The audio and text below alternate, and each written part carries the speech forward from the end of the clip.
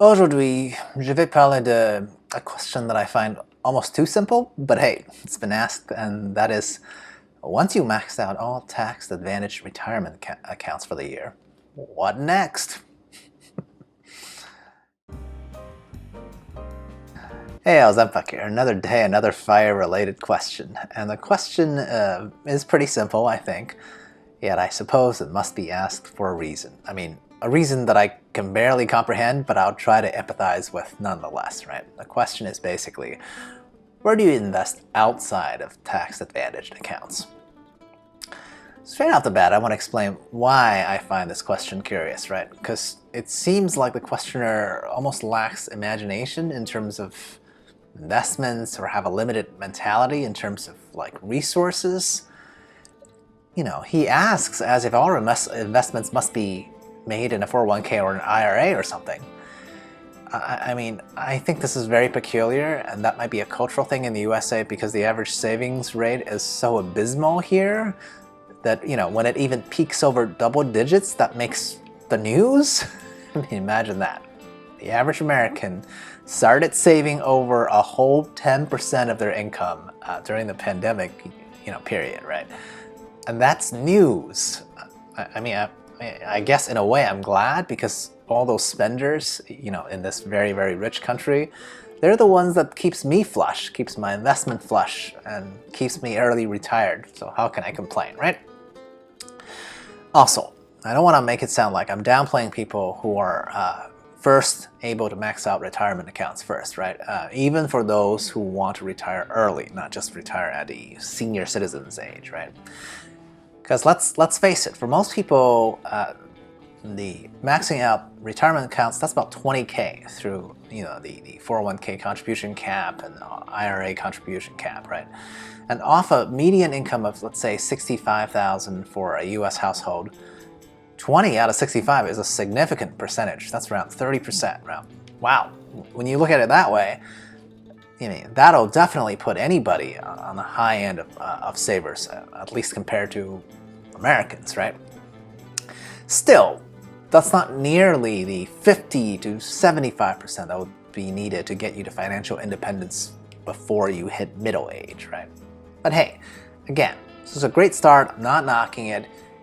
Maybe call this like a double in baseball, right? Because it's certainly not a home run if the only investment that you have are in retirement accounts, right? Especially if you're thinking about piecing out of the workforce early.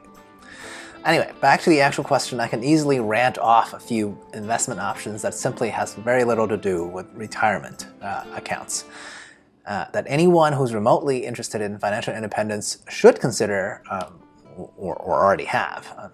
I'm gonna rank it from my worst ideas to my better ones, right? So worst to best. Number one, crypto. Gotta mention this one. It's the hot new thing. I don't really understand it. Therefore, I consider it highly risky, right? It's also so new that you most likely cannot get it in your retirement accounts right now anyway. That might change in the future, but as of right now, July, middle of 2021, you cannot get this, right? Now, I'd say you can invest somewhere between 1 to 5% of your net worth into a new asset class like this. I don't think that's a terrible idea. Just remember, if you do the research and become like a true believer, you never sell this asset class anyway. So it's either up to the skies or down with the ship like a good trooper. Up to you. But to me, this is an easy pick for additional investments, just not my favorite. Number two, real estate. I've already covered my thoughts on this topic in several other clips. You can look it up on my channel if you want. But a quick summary here only, right? Yep, I do think it's good to own your own property. I know being a digital nomad is all the rage these days, but it's nice to have a home base, right? I honestly think that the vast majority of people really do prefer to have a real steady home in one location. I mean, you can always choose to go travel 3 months, 6 months, even 9 months out of the year if you desire. After all, that is the whole point of financial independence, right? To have choices to do whatever you want. But having a home that's not at the whim of someone else is just a very important foundational step, right? This also isn't one of my more preferred investments, simply because I don't want to become like a professional landlord or manage short-term rentals. However, primary residence is almost always helpful. Almost all rich people own their own homes, right? So this is just a very basic investment. Do this sooner rather than later. Don't wait for a crash. You would only be inviting FOMO on yourself for years and years on end, right? Number 3, regular brokerage for, the years between when you early retire and what the government thinks of as your regular retirement age, aka when they think you should die soon. Yeah. Why do what the government tells you to do, right? I retired in my 30s and I'm just some chump, okay? Anyway, if you only ever aim for the very leanest FIRE numbers, obviously everyone's initial advice is max out your retirement accounts first, right? Because those are tax advantage. They'd be right, but sure, even if you do retire early, there are methods to access your own capital in those accounts. But to me, this is where I say, like, people who only aim for the very leanest of FIREs are missing mentalities of abundance, right? My personal retirement accounts barely makes up 15% of my net worth. And, so what makes up the rest of it? Obviously, I told you guys that I have real estate holdings. But then where's the rest? They're just in regular old brokerage accounts. I actually have 3 separate brokerage accounts. That's, different story for a different day, right? But that's where I draw on from now until, the official government recognized retirement, which is the old age group, right? Wouldn't you feel safer leaving the official, retirement accounts to sit there and compound so they can do their jobs to actually take care of you during the official retirement age group? That's how I think of it. Now, I get it. For most people who can't even save double digits, this is a pipe dream, right? But I'm assuming my audience are people who want to get to financial independence, retire early, right? So why then would you stop at saving 30%? You gotta go for gold. Aim for like 70, 75%, if not higher, like I did, right? Then there will be plenty of money to invest in just good old regular brokerages. So you can go, dividend growth pass or broad index pass to your heart's content, right? Millionaire status should just become a stepping stone to further and further financial glory, right? And fourth and finally, what I consider even more important than just having a regular brokerage is just invest in educating yourself, right?